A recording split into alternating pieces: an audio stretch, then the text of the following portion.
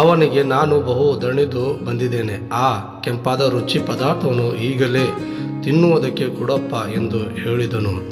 ಈ ಸಂಗತಿಯಿಂದ ಏಸಾವನಿಗೆ ಯೋದಮ್ ಎಂದು ಹೆಸರಾಯಿತು.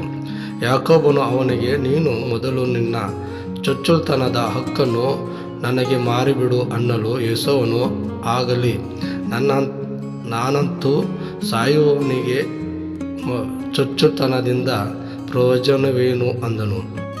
ಊಟ ಮಾಡಿಸಿ ಎಂದಿಗೂ ಸ್ಥಾನವನ್ನು ತೆಗೆದುಕೊಳ್ಳಬೇಡ್ರಿ. ನೋಡಿ, ಸ್ಥಾನವನ್ನು ದೇವರು ಕೊಟ್ಟಿರುವಂಥದ್ದಾಗಿದೆ ಪ್ರಿಯರೇ. ಅದನ್ನು ನೀವು ನಿಮ್ಮ ಊಟಕ್ಕೋಸ್ಕರ ನೀವು ಮಾರಬೇಡ್ರಿ ಮತ್ತು ಊಟವನ್ನು ತಿಂದು ಆ ಸ್ಥಾನವನ್ನು ಬಿಟ್ಟುಕೊಳ್ಳಕ್ಕೆ ಹೋಗಬೇಡ್ರಿ. ನಿಮ್ಮ ಕಷ್ಟ, ನಿಮ್ಮ ಶ್ರಮೆ ಅದು ನಿರಂತರವಾಗಿರಲಿ. ಎಷ್ಟು ನೀವು ದುಡಿತೀರೋ ಅಷ್ಟು ನೀವು ಉನ್ನತವಾಗಿ ದೇವರು ನಿಮಗೆ ಮೇಲೆ ತರುತ್ತಾನೆ.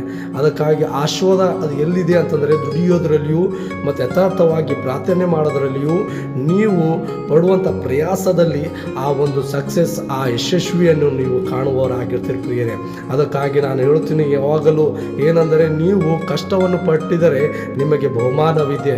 ಅದಕ್ಕಾಗಿ ಪ್ರಾರ್ಥಿಸುವವರಾಗಿದ್ದರೆ ನಿಮಗೆ ಆಶೀರ್ವಾದ ಇದೆ. ಅದಕ್ಕಾಗಿ ಪ್ರಾರ್ಥನೆ ಮಾಡಿರಿ, ಕಷ್ಟಪಡಿರಿ, ನಿಮ್ಮ ಸ್ಥಾನವನ್ನು ನೀವು ಗೆದ್ದುಕೊಳ್ಳ್ರಿ. ದೇವರು ನಿಮ್ಮನ್ನು ಆಶೀರ್ವದಿಸಲಿ.